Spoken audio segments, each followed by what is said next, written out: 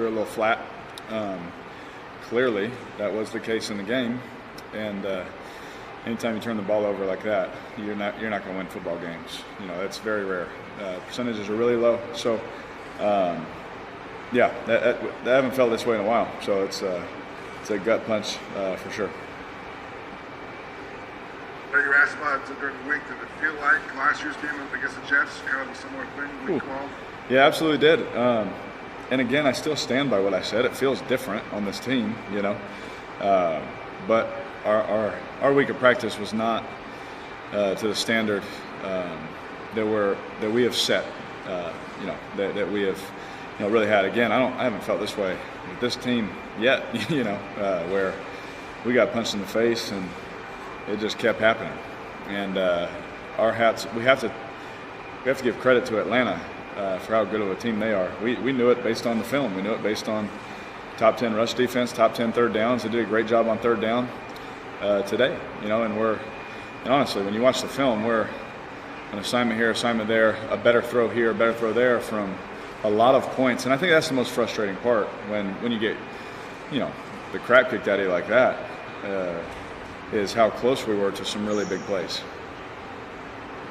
Eric, was there anything in particular they were doing up front against you guys in order to get that kind of pressure they got off the edge? No, in the pocket, that stuff happens all the time where guys are right there or they hit your arm or something like that. And sometimes you get the ball off, sometimes they get there a half second early. And I don't think that, it was just anything different that they did or anything like that. I thought they played really well. I thought they made their plays and a couple times got to me just in the nick of time because we had, I know on one, we had Henry on a post for a touchdown. And then we had Nelson on a double move for a touchdown late. And, again, those things happen all the time where there's chaos in the pocket and they hit your elbow or they hit your arm as you're throwing it. And then there's also times where that happens and you get the ball off just before they touch you, So I don't think it was anything different, but you have to give them credit for making those plays. Derek, can you talk a little bit about the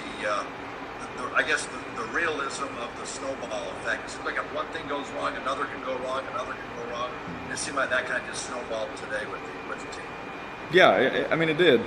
Chris, there's no argument here on that. That it definitely happened today. It was a snowball effect of just bad plays and very frustrating loss. We haven't done that in a while. We haven't done that in some time. So very, very frustrating. And this is one of those where you want to watch it, correct it, and then burn the film because you're like, that's not who we are. But it is. We put it on film. It is what it is.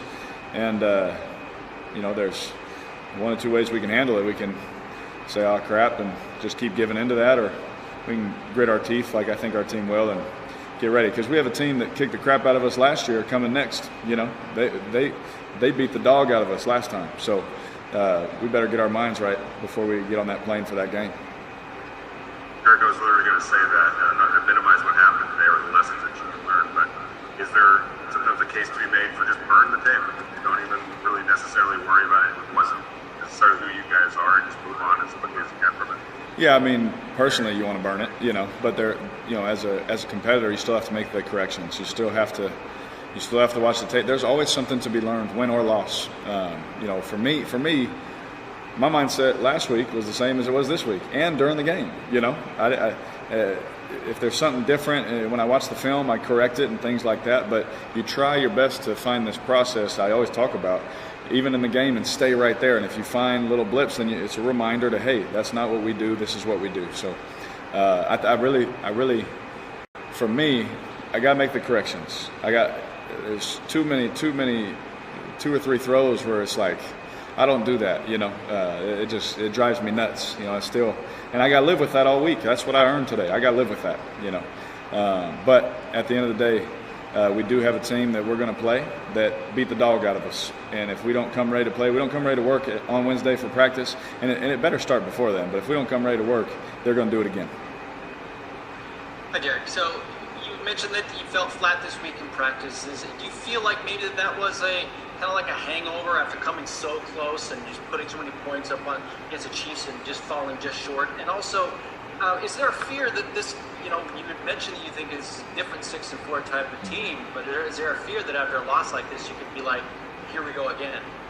I've been here, I think now, me and Gabe have been here the longest, and it doesn't feel like that, I have felt that feeling where, around the guys we're like, oh crap, here we go, and it's not the same, for whatever that's worth, it's not, I know that feeling, I've seen that feeling, that frustration, but I did feel it in practice talking to a few guys too, and I made sure it wasn't just me, I asked a couple guys, and you try and get guys going in practice, and you try and get yourself going and things like that, but it just didn't feel right, and I don't know what the reason for that was. I don't know why that happened. I think we've done a great job of flushing win or loss and then going to the next game. I think Coach does a great job of that. He makes sure we know every good thing about the next team we're about to play to make sure that we're ready to go. And so I don't know if it was a hangover type effect. Maybe, I don't know.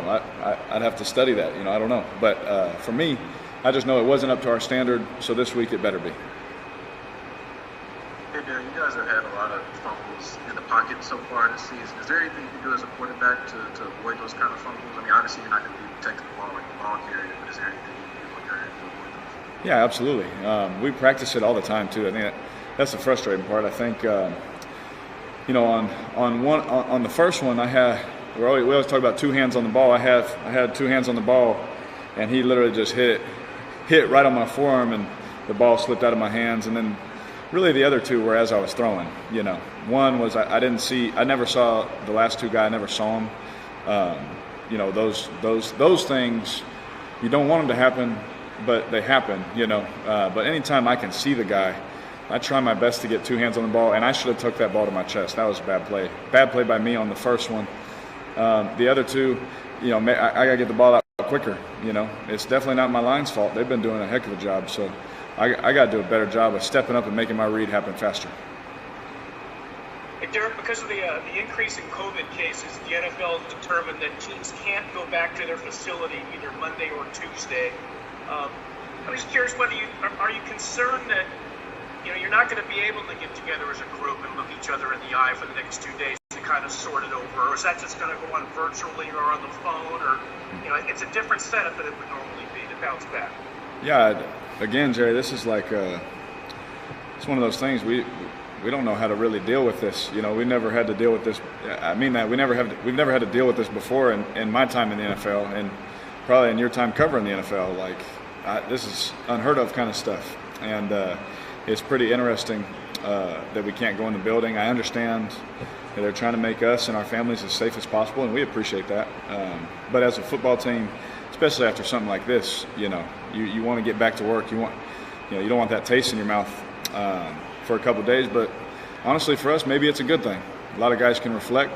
A lot of guys can watch the tape and really see, if it was their best effort, and if practice was their best effort. And we do a really good job of washing stuff away, win or loss. We get on the plane and we do what we do. And I think that we have a better group. For sure than what we put on tape today, but our fans deserve better than what we did today. Our organization deserves better than what we put out there today. That was a bunch of trash.